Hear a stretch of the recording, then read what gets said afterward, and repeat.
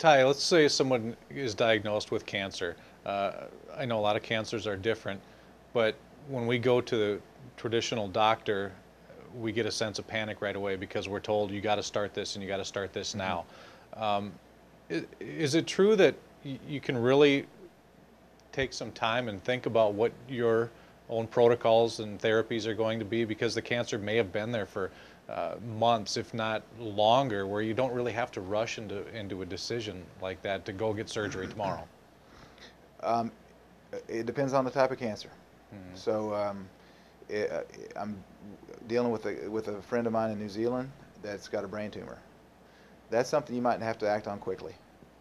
But typically, I would say that people should empower themselves with knowledge, which is why I wrote the book, so people would have the knowledge, and be able to intelligently discuss their cancer with the doctor once they're diagnosed, as opposed to not knowing anything and going into the doctor's office, because then you will feel that sense of urgency and you're going to do what the doctor says when he says it. So you got to learn ahead of time, and then you can intelligently discuss with a doctor. And there may be, you may be in a situation where your whole body is overtaken with cancer and you got to do something quick. Mm-hmm.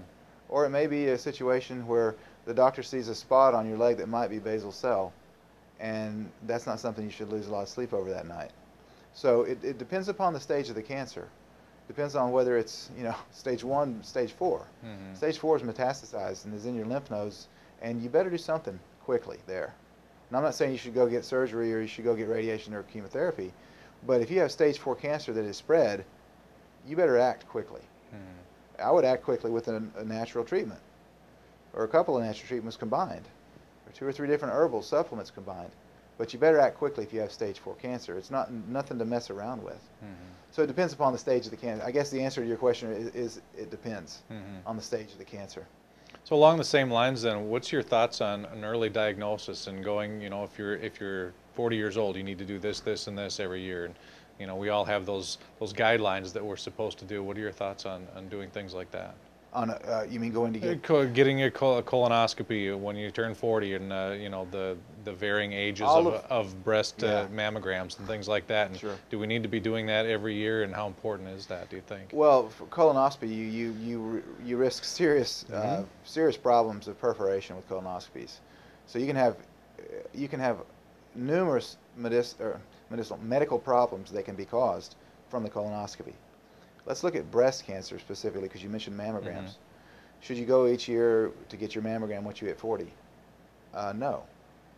There's better testing alternatives than mammography for detecting breast cancer. Thermography is much better. It's where the doctor runs cool air over the breast, and the cancer cells don't react like normal cells to the cool air, and so they'll stay hot. And then the thermography, just looks for hot spots in the breast, and so after the cool air is run over the breast, the hot spot remains. And thermography can actually detect breast cancer years in advance of mammography. The problem with that is that all the money's in mammograms. If you look at the money that's generated each year with mammograms, it's astounding.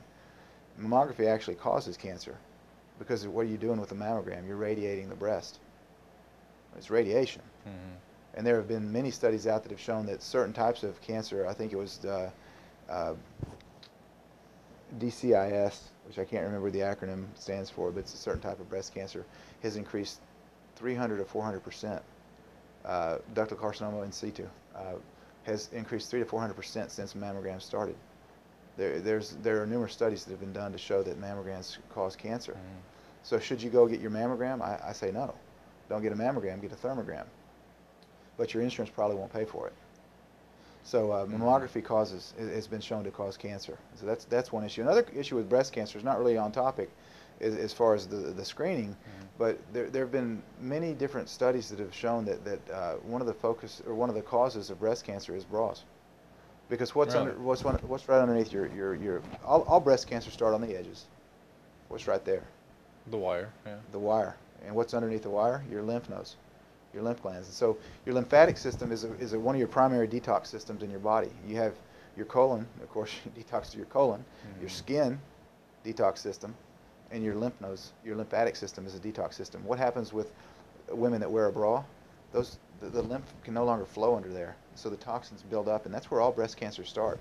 There was a book that was written. It was called Dress to Kill, and it was by two Swedish women that did studies on breast cancer in relation to bras. And I believe that it was, if a woman wore a bra 24 hours a day, she had a 1 in 4, 1 in 5 chance of breast cancer. Women that wore bras 12 hours a day, only half of the day, it was like 1 in 15 or 20. Women that almost never wore bras, it was 1 in 168. I mean, they did some pretty good research to show the link between breast cancer and bras. And the reason is the bras that have the wires go right into your lymph nodes, and the lymphatic system is no longer able to, the fluid doesn't flow, and you're not able to detox.